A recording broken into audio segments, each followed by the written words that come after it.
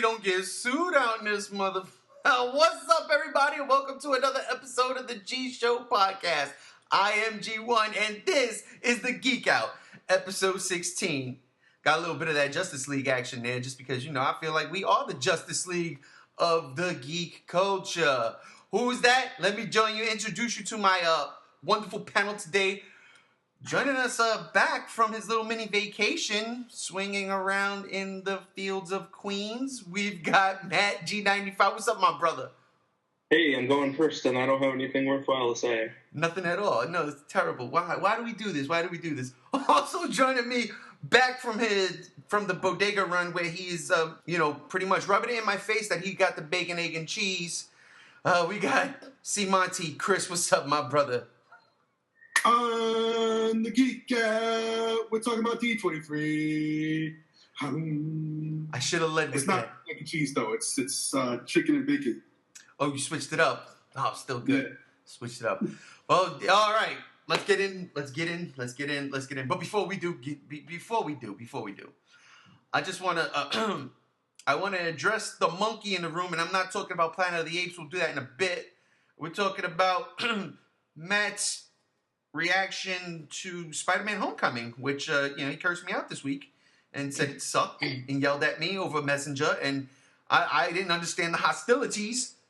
But Matt, you weren't here last week, and me and Chris and myself, we kind of gave it a wonderful review. Chris had some things that he was a little, not disappointed with, but said could be better. Totally understand. But you, my friend, you flat out hated this movie. So I'm gonna give you some time right now, man. Talk to us. Why did you hate Spider-Man Homecoming so much? Well, hate is a bit of a strong word. Shockingly disappointing is a better term. I thought it was boring. I didn't think it was really, it took way too long to get going. All of the jokes, just not a single one landed to me. They were all just misses. I don't know. It wasn't really too engaging to me. I wasn't really too invested in it and really many of the characters. Tom Holland's weird nervous energy that he has is just so big and just so, oh my god, guys, it's just so much of that it was giving me anxiety the whole time he was on screen, which was a lot. He was on screen for a while. Cause that whole nervous, super excited nervous energy thing worked in 12 minutes of Civil War, but 2 hours it was just chill the fuck out, dude. I know he's 15 and stuff, but still it's you gotta play some things a little bit more cool, I guess. I don't know. It was just stressful to me. He was a stressful lead. And just as in comparison, Donald Glover was in the movie, was playing a pretty subdued character. So when Donald fucking Glover is playing, it is less bombastic than someone else, that person's, Flash level of hyperactive. And I don't really need that. But, I don't know, it was still fun. It was a decent movie. Michael Keaton was amazing. It's pretty much just a universal thing, just a universal truth now that Michael Keaton just fucking killed it. I really liked all the most of the background and supporting characters too. They really helped make the movie. Donald Glover was really good in the 2 scenes he had, and I'm not a Hannibal Buress fan, but he was really good as the gym teacher.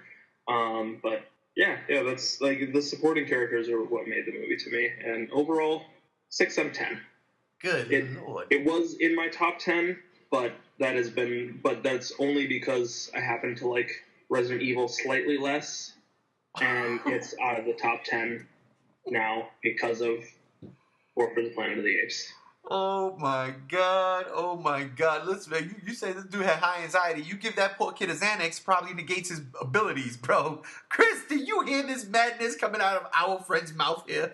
I mean, like I said, I can't be too harsh on it or disagree too much, because there were aspects of the movie that I said that I felt were stupid and I didn't enjoy it, but I was able to look. So I get the impression that he kind of has the same vibe that I do. That like there were things about the movie he didn't enjoy, but he's able to kind of look past it.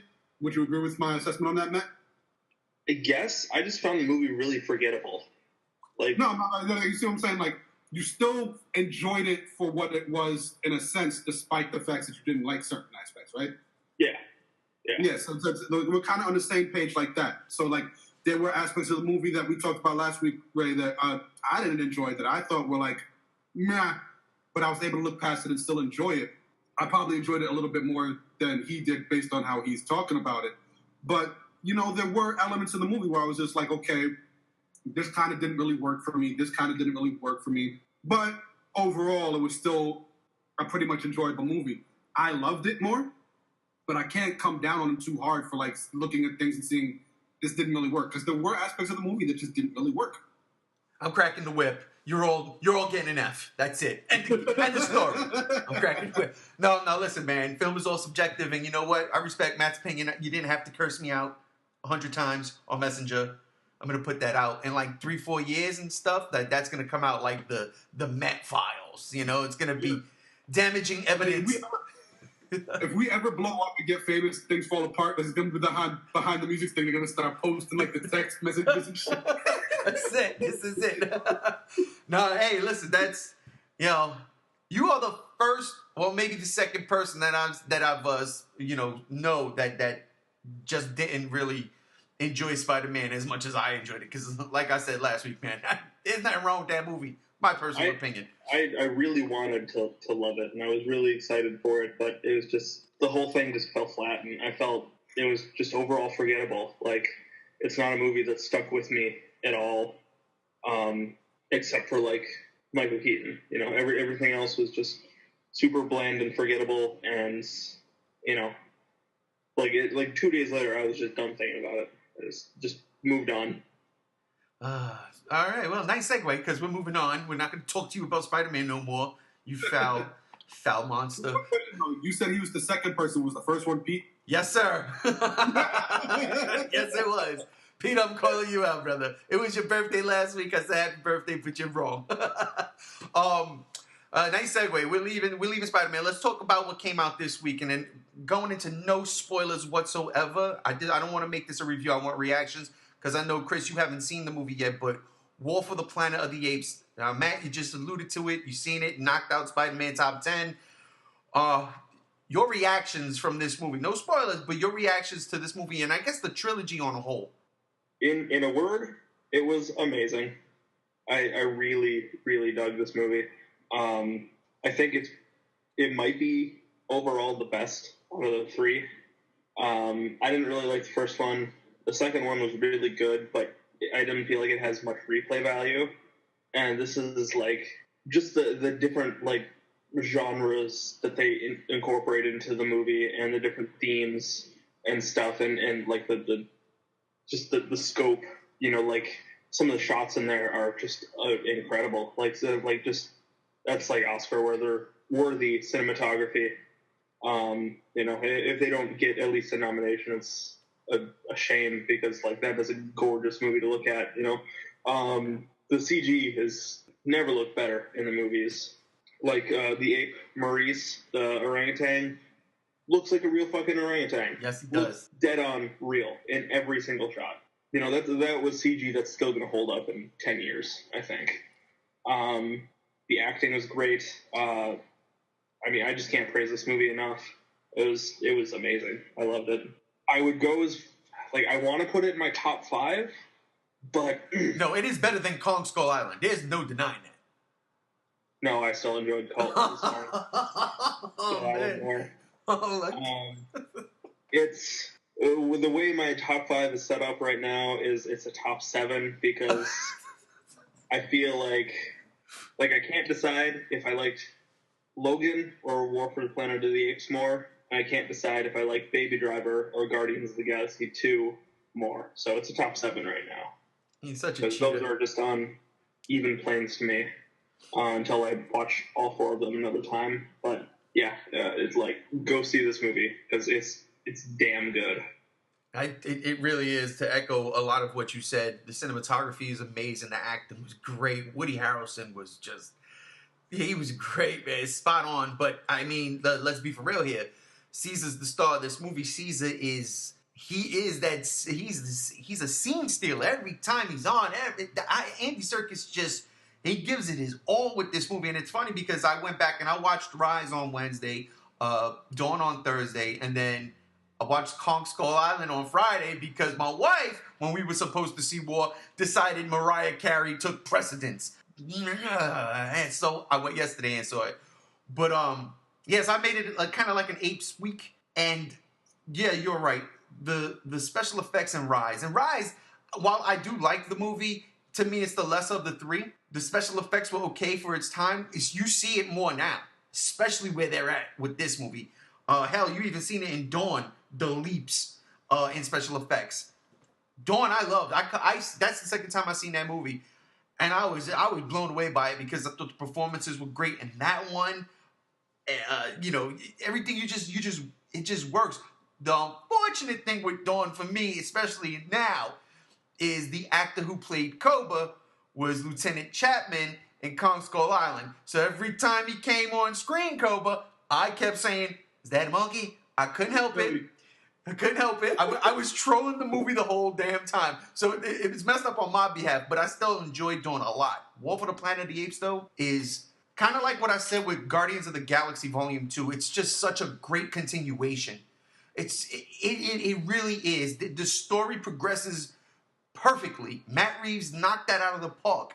And geez, the action sequences are insane. Some of these, they're big set pieces. Some of them are just amazing. There's, emotional gut punches in this movie that you're like, God damn, how the hell? I mean, just the little things, like you said, you talked about Maurice. Just his eyes alone, the stories that these apes tell, the way they just use their eyes, to me, unbelievable. I love this movie a lot, man, and it is. I loved Spiderman Homecoming. I really love that movie, but this Apes movie, I can't believe I got 2 weeks in a row, 3 weeks in a row, solid movies from Baby Driver to Spider-Man and now to Apes. And I'm telling y'all may think I'm bugging. This month is not going to stop. Valerian is this Friday, and then freaking Atomic Blonde. Now Atomic Blonde is this Friday. I looked it up. I looked it up on Fandango. This week is Valerian and Atomic Blonde is next week because I was like, oh, great, because we saw the Atomic Bomb trailer and my wife was like, I don't think I want to see that. Well, then that's good. Save me some money. I go by myself and I'm happy with that. So I thought it was because it didn't say in the theater. It just said summer 2017. So I looked it up. It's actually next week. It's the 27th, if I'm not mistaken. So that's not bad because, again, I'm looking forward to Valerian and I'm hoping that the trend continues because it looks good. Because it's got this sci-fi flair that I want to see it's got this big scope of a space science fiction opera that I like. And I really, really, really do love Fifth Element. And it looks like that on steroids without, awesome Bruce Willis and Lilu. So I'm okay with it. But it also has Dane DeHaan, Cara Delevingne, and Rihanna. I have no problem with either one of them people. Cara Delevingne is like top celebrity crush. She's fucking gorgeous, so I'll watch if she's in it. Even you see her with the bald head, she looks even better. I don't know what it is, but I like it. Yeah, I dig it. I loved it. So so I'm looking forward to that. But anyhow, Apes, I'm telling you, I cannot recommend this movie enough. Chris, I can't wait for you to see this movie because I really do want to bullshit with you about it. Us three get in and have that conversation.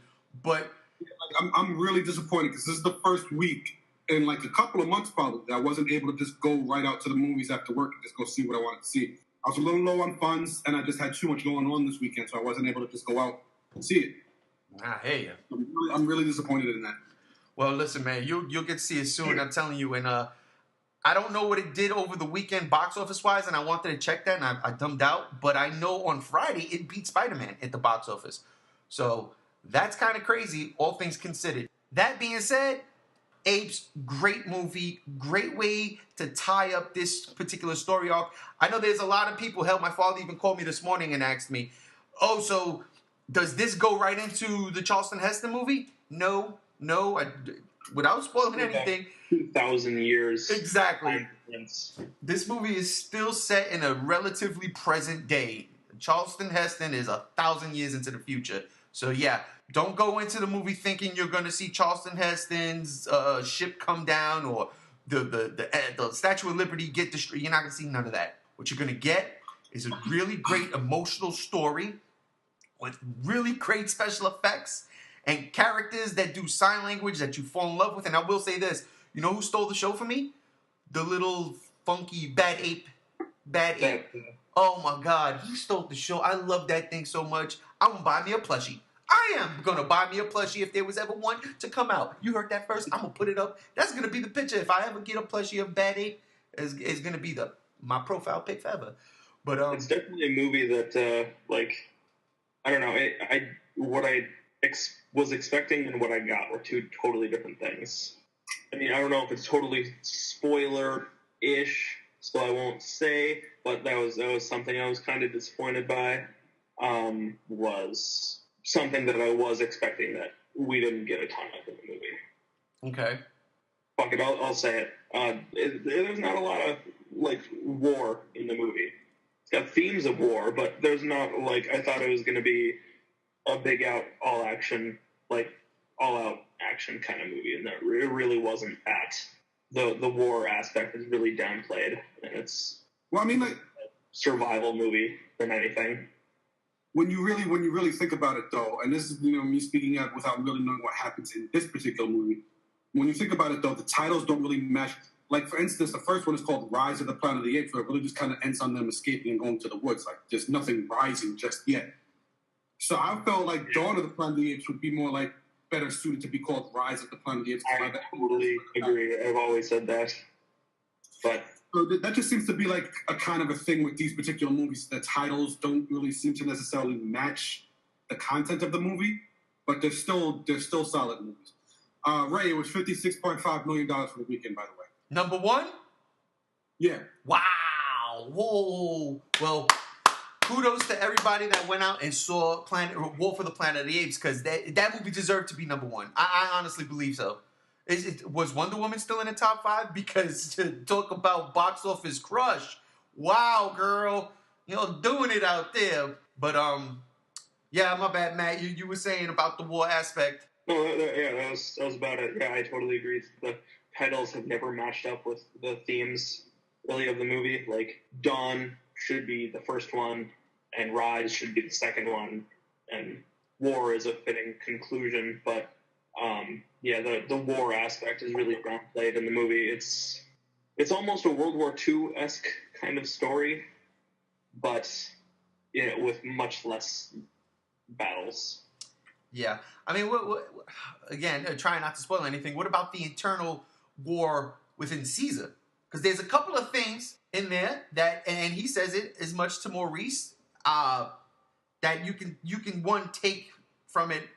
There's definitely something going on within Caesar right now that he's fighting with. Maybe because there's a lot of Caesar in this movie. Let's not deny it. Caesar's pretty much in 96% of this movie, and 93% of this time, he's fighting within himself. And again, I don't want to spoil them, but I'm gonna do right now. I'm gonna mute my computer.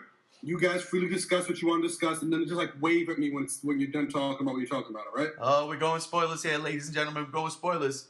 Mute your computer, Chris. Right. Muting and now. All right. So what I'm trying to say is, the internal struggle with Caesar when he keeps seeing visions of Koba, and his whole thing is he doesn't want to be Koba. That to me. I get that, but I just think you want the more not a war for the Planet of the Apes. I mean, I was expecting, and it was marketed as a movie that was about the war that was kind of promised that was teased at the end. Dawn, the soldiers are coming, and we got to get ready to fight them. And it was really, in the end, just a soldier versus soldier thing. In the end, I gotcha. Yeah, well, yeah. I know Woody Harrelson's character is crazy, and then the other soldiers are coming to kill him, and then the apes just happened to be there.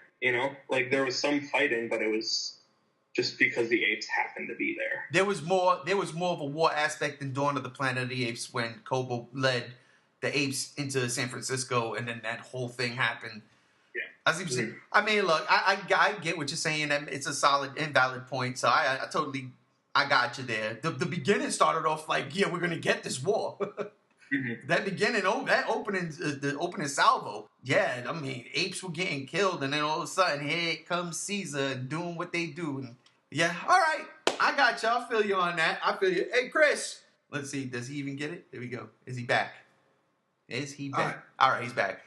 And that is how the end of War for the Planet of the Apes ended. Everybody dies. Fucking right. All right. Just jumping off from one ape to another ape. Well, that just sounded really terrible. But I watched, like I said, I watched Kong Skull Island this weekend. I know that the Blu-ray drops on Tuesday, but I couldn't wait. And I was home by myself, and I wanted to see War for the Planet of the Apes, but I couldn't. So I said, fuck it. And I wind up getting the VOD and watched it. And yes, I enjoyed Kong Skull Island, regardless on how I feel about the movie and where it's placed in my top 10. I enjoyed it, but I don't know if this is on, because I didn't look at any special features, so I don't know if they have this VOD. But the Blu-ray's coming out this week, and Comic-Con is next week, so we're going to talk about that too. But this week, they teased G-fans so fucking hard with these Monarch Files, and one in particular, Matt, you know what I'm talking about. Chris, I'm sure you know what I'm talking about.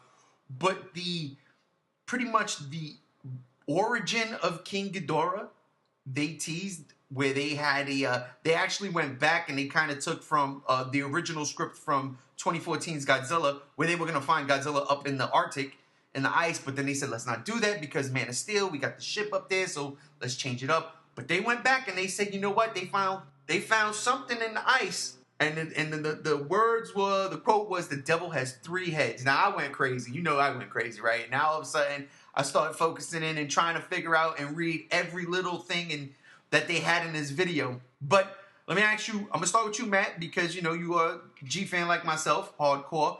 Do you like that genesis of King Ghidorah for this legendary kaiju verse? Well, it's too early to say, I think. We don't really still know anything about him. Yeah, it's too early to say. It's a cool tease. It's a really cool tease. And that's pretty much the only way that you can explain, like this giant 3-headed dragon that apparently destroyed the whole world millions of years ago, and how it's still alive and not destroying the world again is if it's frozen. That's pretty much the only way you can explain it away. But we'll just see what more comes out. It's still really early into the shooting production. We still got like another 2 years to wait or something like that for the next one.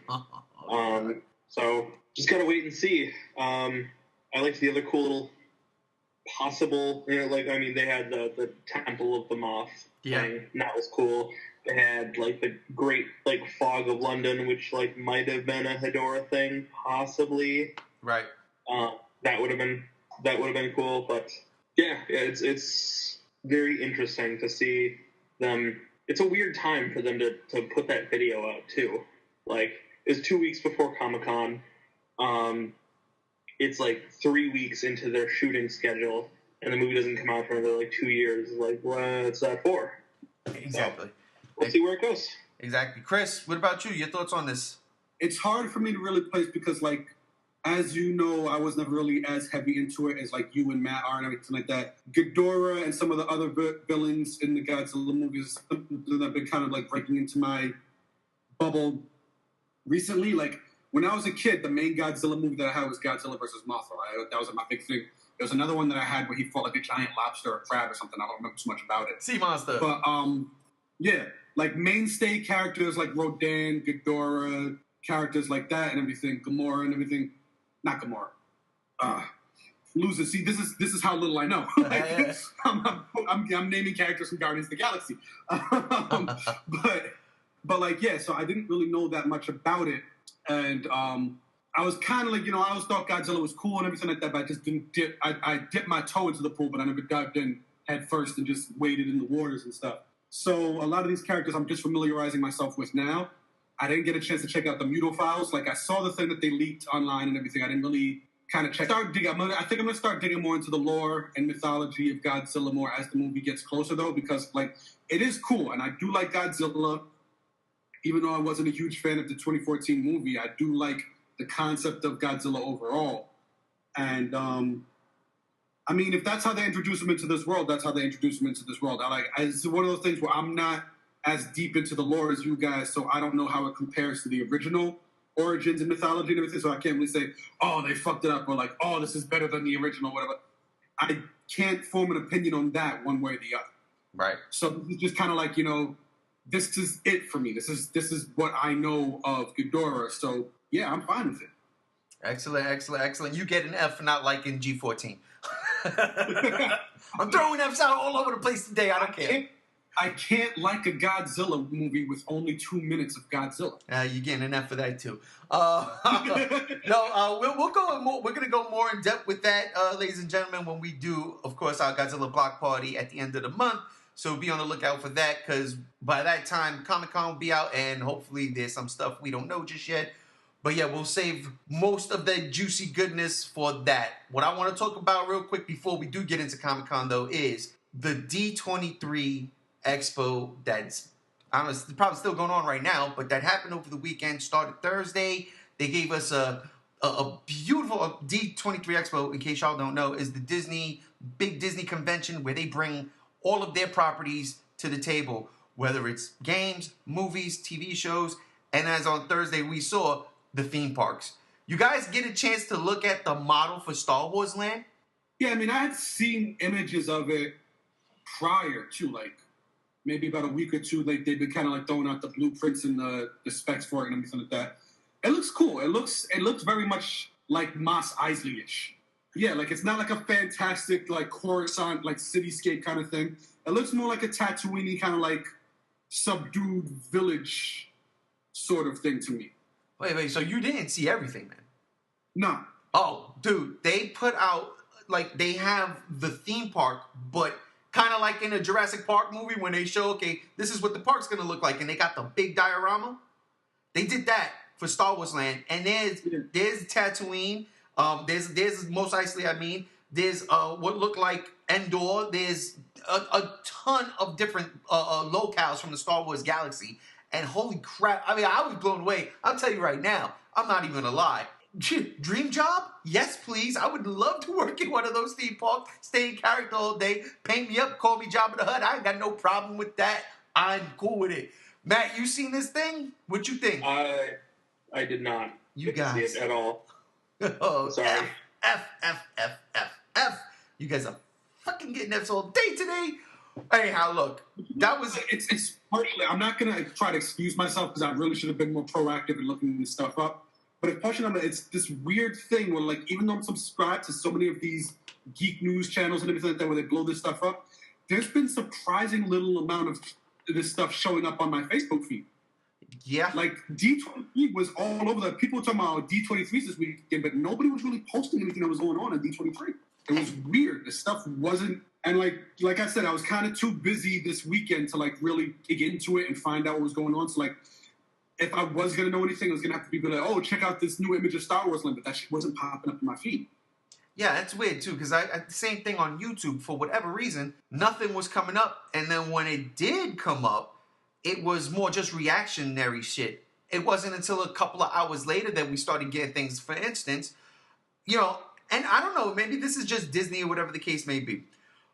You had reactions to things like the first footage for The Lion King, which the live action version, Jon Favreau, taking a page out of his the Jungle Book and then throwing all of that into The Lion King.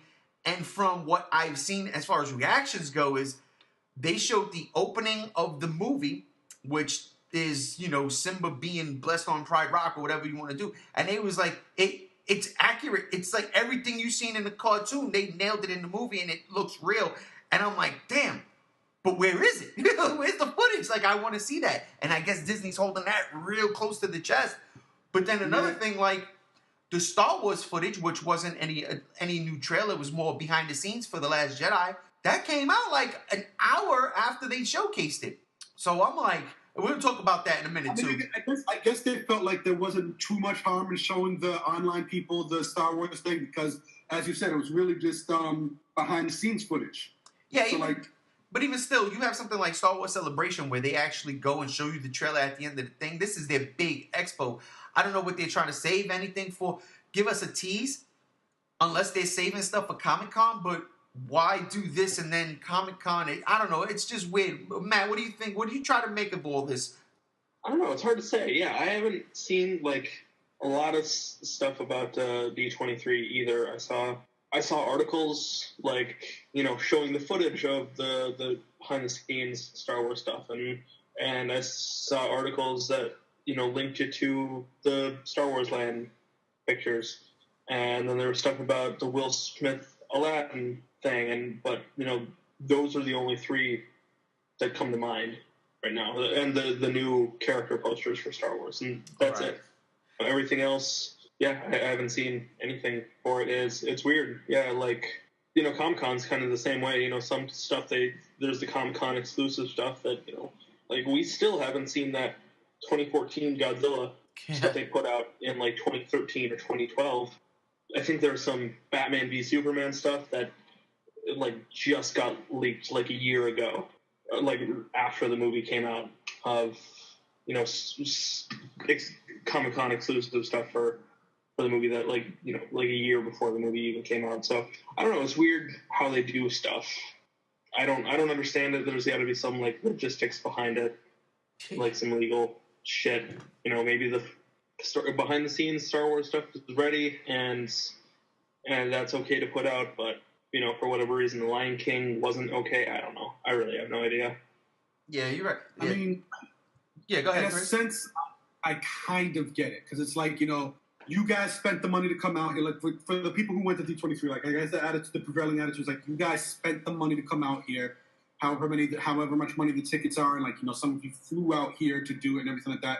So we're gonna give you these exclusives first and hold on, so you can like feel special in a way because you paid money, and then the people who weren't able to see it, like the one that's gonna leak online, will give like a 2-3 week gap or something like that. Because like if I spent money to go to the D23 Expo and then everybody got the footage online at the same time I did, I'm like, why would I spend the money to go to the Expo then? Like I could have just stayed at home and watched it when it leaked online. You could also make the counter argument, well, there was stuff there and exhibits that you get to check out that people aren't going to see and everything. So I kind of get it, but then at the same time, I kind of don't. Because going to the Comic-Con isn't just about the exclusives, it's about the experience of it. Like going to D23 isn't just about being able to see the footage before everyone else. It's about like, you're there in the present. Like, I'm seeing pictures that people took of the Thanos's family and everything like that. You guys actually got to be there amongst the models and the statues and like go up, take pictures next to it. And I didn't get to do that. You guys, but you could at least like let's all get the footage at the same time. Yeah. Because it's like everybody's talking about, in the Avengers Infinity War trailer, they showed off how Spider-Man's spider sense is going to work, and I'm just like, why can't I see that? Exactly. Why can't I see how they're doing it? Yeah, it's crazy because I kind of don't get mad because what I said before is like I get it.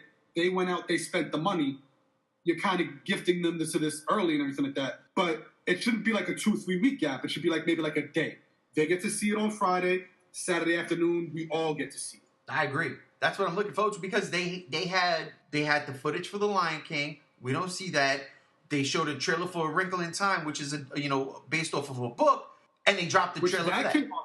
And yeah, that came out, and it was good actually. I really enjoyed that trailer. I was like, "Whoa, what is this?" Because I've heard of it, but I heard that this movie was being made, but I had zero interest in it. And then I seen the trailer, and I was like, I'd actually go check this movie out. I think they dropped something for Mary Poppins online, but I wasn't looking for that actively because that could go out the window. But like the Aladdin casting news, that's all it was. It was just casting news. They got Aladdin, which is I can't pronounce the man's name, but the young boy of Indian descent, and then they got Naomi Scott, the Pink Power Ranger, to play Jasmine. Okay, I guess I thought they was trying to keep it all one particular nationality. They switched it up. She's gorgeous. Apparently, she can sing. And, take it from there. And Will Smith is the genie, which we all kind of knew that was coming. But don't be upset. We knew it was coming. I said it in the original podcast too. I don't want the Fresh Prince of Agrabah. Like, I don't want. It's gonna be great. It's gonna be great. I got. The only thing I don't have the only thing why I don't have confidence in this movie is because I was watching King Arthur like 2 weeks ago and I shut it off about 40 minutes in because that movie is terrible, absolute trash. Stay away. Oof. Oh, that movie was. Ugh. Anyhow. Let's talk about things we did get to see. The Star Wars behind-the-scenes footage. They showed a lot of stuff.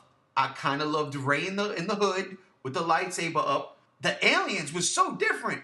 So different. It didn't even feel like Star Wars. It felt like Labyrinth or the Dark Crystal. It was so Henson-like. And I loved it. I really did. But they were like cute. They weren't dirty or dingy. Something you see in a spaceport. There was something you see in an exotic zoo or something. That's how I took it. Matt, you seen the behind the scenes, or you getting an F on this one too? I'm getting an F. You big red F in the face. Chris, come on, buddy. Yeah, I saw it. All right. I agree with what you're talking about. I completely agree. The creatures I love that they're going back to practical effects for the most part for the creatures and everything like that. Especially since, like, the technology, not just in computer imagery and everything, but the technology in animatronics has progressed so much since the 70s and 80s and everything like that. So, like, even amongst the animatronic features of these characters and everything, like, they look so much more realistic and lifelike than they did, say, in, like, the original trilogy and everything. Right. So, I love that they're getting back to practical effects, just in general in movies, but that's side topic. I really dug a lot of the footage and everything. It's nice to see the behind-the-scenes stuff, like we see the cast getting along and interacting with each other and kind of making a family of each other and everything. Right. I think my favorite thing, this is just like perfect, is at the end of the video. Yes. Where they have Akbar go, "It's a wrap." That was great.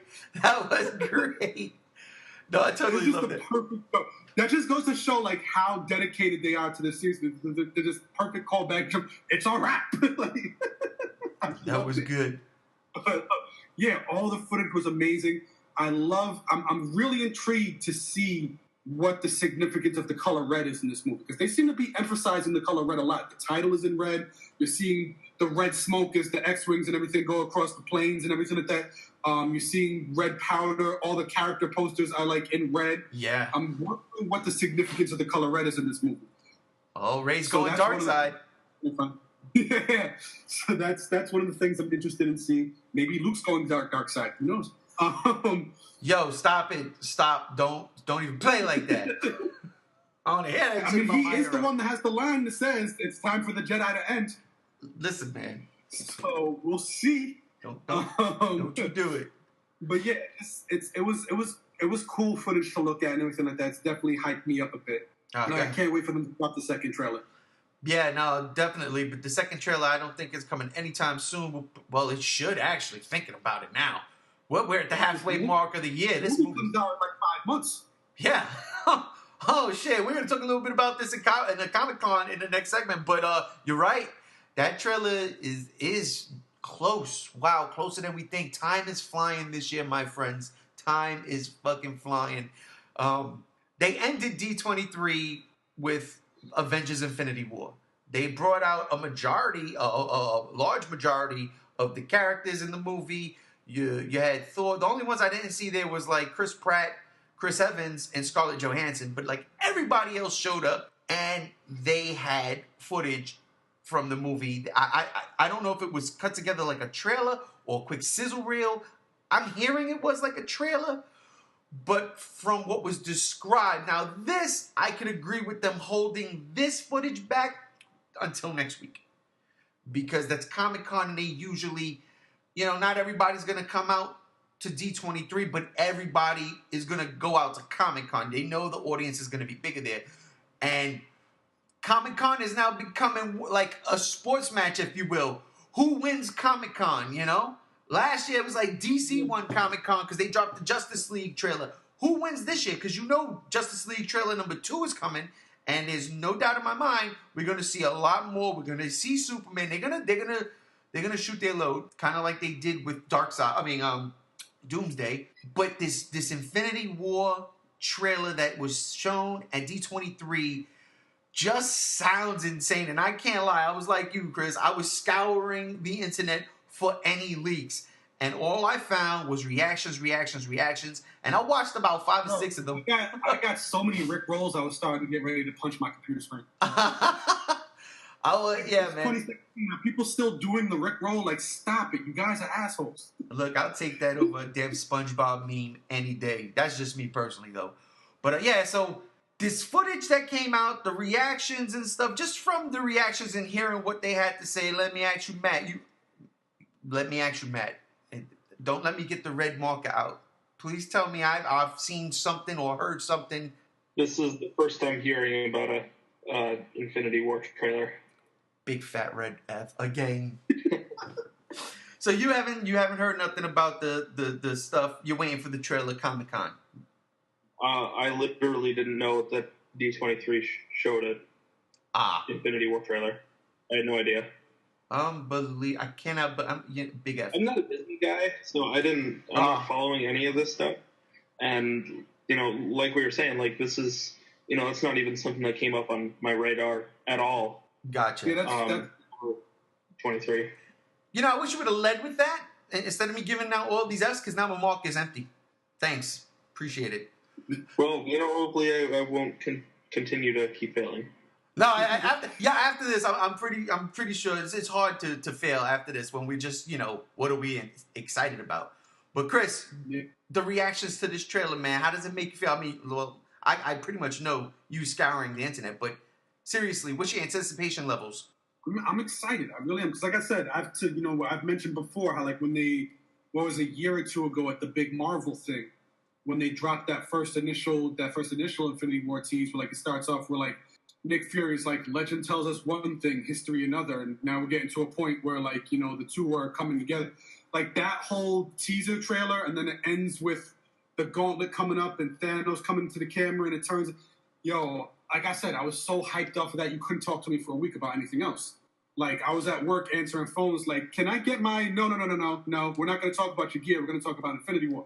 Like, so I'm so hyped to see now that they're going to have actual footage from the movie and not just like loop together stuff from previous movies tied together to like show like the building towards it. Now they're going to have actual footage from the Infinity War movie.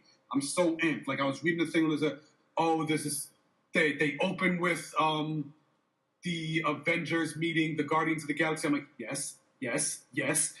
Then you see the hair raising on Peter Parker's arm, and it's a spider sense, and I'm like, yeah. And it's like almost like this moment when you I'm getting at, like you're about to orgasm and you're just getting excited for it. So I'm so hyped to see what they're going to show us in this trailer, and like the anticipation level is really, really high. I'm really trying to force myself to stay subdued about it because I don't want to be going to work like amped up for the whole week. Like, guys, we got to talk about this when there's really nothing to talk about yet. Right. I really hope they drop that trailer online soon.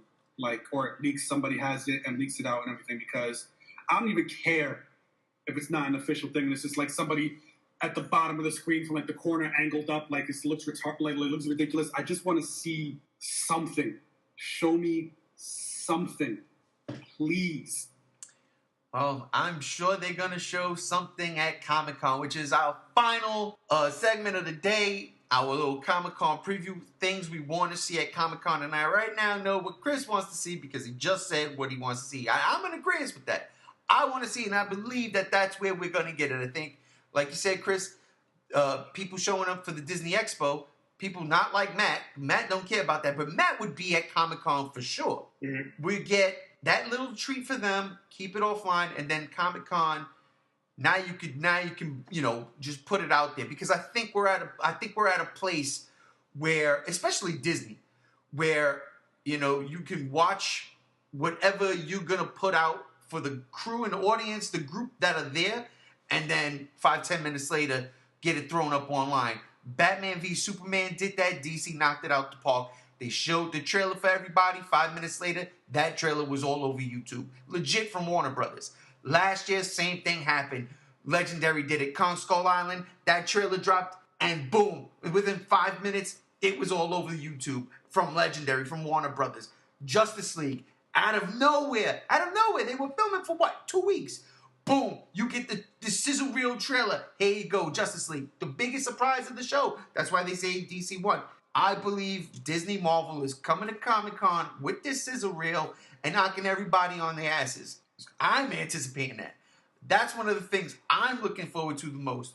But then the flip of that is, I'm also looking forward to what DC is going to show us, because we are going to get that Justice League 2 trailer. Because as you just mentioned with Star Wars, that movie's 5 months away or something like that.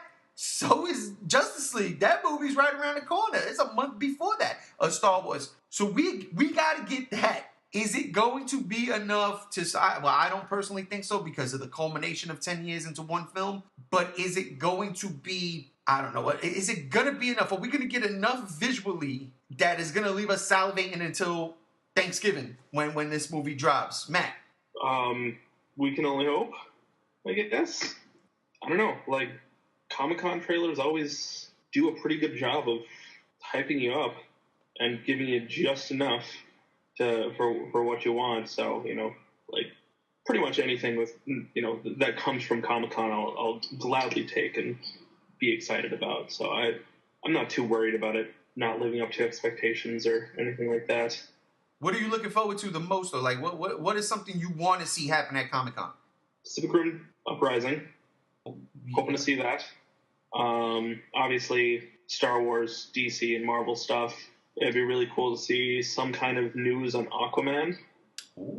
Because that's been shooting for a while, and we haven't heard anything new about that.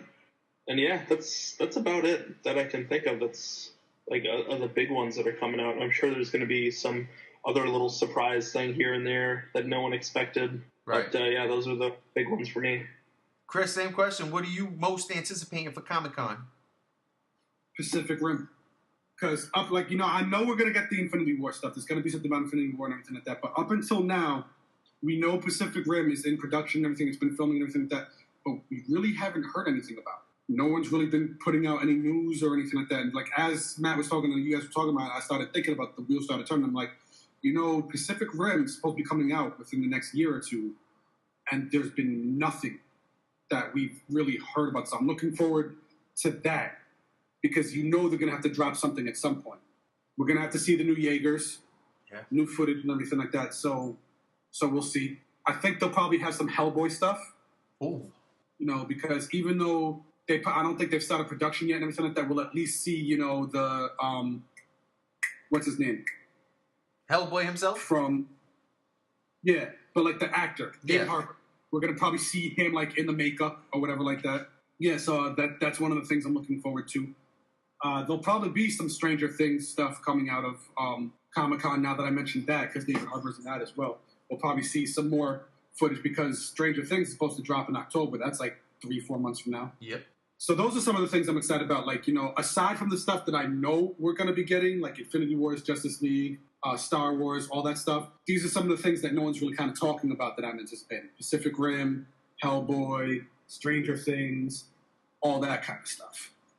I hear you. I'm looking forward to, well, of course, obviously, Avengers and Justice League goes without saying. Pacific Rim 2, yeah, you guys are right. And in that same token, Jurassic World 2, maybe get a teaser, maybe something. Looking forward to that. Stranger Things 2, I definitely think is going to happen because they just dropped a little teaser poster or a little snippet something. So I think there's going to be a bigger presence at Comic-Con for them. I'm looking forward to... Huh? They might put out something for Defenders because it's about time for Defenders to have some... That was where I was going next. I'm looking forward to seeing what Marvel's going to do with the Netflix shows. Maybe something with Punisher. That would be phenomenal. Because I saw some really cool Punisher thing with Bernthal, and I was like, wow, that's awesome. I don't know if it was fan-made or legit, but I was like, that's freaking cool. And the DC shows, the DC TV shows, I got to be honest, man, I'm looking forward to their Comic-Con presence. Matt, another thing we talked about this past week was, we touched briefly upon Flash Season 3. I really wasn't a big fan of it. I thought it was the weakest season so far. I still love the show. It is still, for me, the most comic booky show on television. So I'm really looking forward to seeing where they're going with season 4. I saw a picture of Wally in the red suit, which I really like. Nice throwback to the comic books. But, Barry's not dead. He's just in the Speed Force somewhere. Barry died in Crisis on Infinite Earths a long, long time ago. He was dead. So I'm looking forward to seeing what happens, where they come, and everything to come out of that. Plus, hopefully, we get a tease as to whatever the new crossover theme is going to be this year. Because I've enjoyed them so far. In the past 2 years, I enjoy these DC TV crossovers that they have with Flash, Arrow, Legends, and now Supergirl. So that is what they'll probably have some more Black Lightning stuff too. Oh yeah, definitely going to get. Yeah, and I really wish that was a part of the universe. I still hope without hope against hope they bring them into the fold somehow. They did it for Supergirl. Let's get this happening. But I'm patient with that. Black Lightning is going to be dope, and I know that. But yeah, so those are some of the things I'm really looking forward to. And of course, if we get a Godzilla 2 thing, I don't care what it is. It don't have to be a trailer. They just started filming, but anything, a snippet. That would make my day. I don't think we're going to get it, but it would make my day. We might get some Ant-Man and the Wasp stuff, too. Oh, yeah, I think we're supposed to. Yo, wow, yeah, you're right. I did hear that this week. That would be great. I'm really looking forward to seeing what they got coming out of that. Because, like I said, man, I had no interest in seeing Ant-Man. Saw it, enjoyed it. I like it a lot better than Doctor Strange, I'll tell you that much. But, yeah. Before we wrap, though, I do want to kind of touch on something, because when we talked about D23, we talked mostly about the Marvel and the Star Wars stuff. I do kind of want to touch a little bit more on some of the stuff we're getting out of Disney, because I am anticipating they're talking about in Wreck-It Ralph 2, they're going to start bringing back a lot of the Disney princesses to be in that movie, because the thing is, like, Ralph wrecks the internet. So that's going to be interesting to see, and we're going to see, like, a lot of these Disney princesses come back, like Ariel, Tiana, Moana, Jasmine, like all of these old Disney princesses are going to be featuring in this movie. So that's going to be something interesting to see. That's a small move. That's a small move. That'd get the girls in. Exactly. So I feel like a lot of this movie might be, female empowerment, because that's kind of been like a Disney theme lately. You've always had the Disney princesses, but like arguments could be made that like they weren't really female empowering. But like lately, you have the stuff like Frozen was very female empowering. Brave was very female empowering. Moana, even Zootopia, stuff like that. Yeah. Like, a lot of it has been about gearing more towards not just having something for little girls, but having something that little girls can like embrace and feel proud of and feel empowered by. So that's going to be interesting. And quick to that point, Incredibles 2, I heard, is going to be about Elastigirl. Yeah. Nah. Yes, I'm surprised we actually didn't get more stuff about Incredibles 2 coming out of D23, because that movie's supposed to come out next year, isn't it? It's like a superhero family. Comic-Con. Yeah, that's true. That would be more suited for Comic-Con. The Aladdin stuff, I wasn't, like, we touched on the fact that I wasn't too happy about Will Smith and everything like that, but it was cool that, like, after all these talks of, like, oh, we can't find, like, an actor for Aladdin and everything like that, like, they did get someone Middle Eastern. I'm not too sure how I feel about the Naomi Scott thing, because like she might be partially of Middle Eastern descent, but she does strike me as like more Caucasian. So I wish they could, because there's tons of people of color actresses that they could have tapped to play that role. Not too thrilled about the Will Smith as Genie. I wasn't also too thrilled about them casting Scar as Hugh Jackman. Oh, was that confirmed? Yeah. I like that. See, I kind of dig that. I do kind of dig that. Maybe we'll see the Wolverine claws pop when he kills Mufasa. Like we'll see. It's just like to date, I haven't heard. Like I guess it'll be about how he plays around with his voice and everything like that. But he's got like that Australian thing that seems more playful than menacing. So like I can't really picture Scar like with that Australian accent. Like long live the king, mate. Like it's just like I don't know. I think Australian accents can be intimidating. Like, did you ever see Wolf Creek? Like, Australian movie in like one of the most intimidating like killers slashers in recent memory. He's got the thickest Australian accent. Yeah, I think Hugh Jackman is gonna pull this one out. Because I know what you're saying, Chris. I hear what you're saying, but Hugh Jackman can be menacing. I'm just gonna put it like he can be menacing, and then he could also be P.T. Barnum, which that movie I can't wait to see actually. I guess also part of it is I'm kind of put my SJW hat on for a second. I was really hoping that for like they would go with more of a all black cast for this. Like the John Oliver as Zazu, that kind of makes sense because it's a callback to Rowan Atkinson as Zazu, and Zazu having the British accent and everything like that. But I was kind of hoping, like, you had Donald Glover as Simba. I'm not sure if they cast Nala yet, but you still got James Earl Jones as Mufasa and everything like that. I was kind of hoping that they would go for a black. I was honestly, even though he was in the Jungle Book, I was really pulling for Idris Elba to be Scar again. I know they already used him in the Jungle Book. I know it'd be like, oh, we're gonna have him play all the evil big cats in these movies and everything. But I really think that Idris Elba as Scar would have been great. If not him, maybe like a Chiwetel Ejiofor, something like that, like another black actor with like that menacing British accent. I could have taken that. I totally see Chiwetel Ejiofor. I like that one a lot. That's good. He could be very menacing as well. Serenity, like, exactly in Serenity, he was very menacing. He had like that cold kind of demeanor to him and everything like that. That kind of embodies this. That's kind of what I was hoping for. Is that they would lean more towards that in the casting and everything.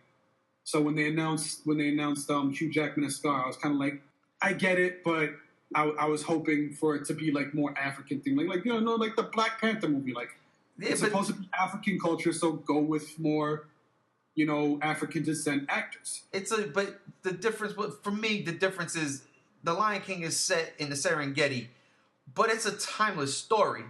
Black Panther is that. You know what I mean? It is that. Yeah, and I know, and I can't argue against that. I can't see Tom Holland, taking off the Black Panther mask and be like, hey, guys, no, what are you doing? Matt is going to go crazy. That was just kind of my hope. I got you. I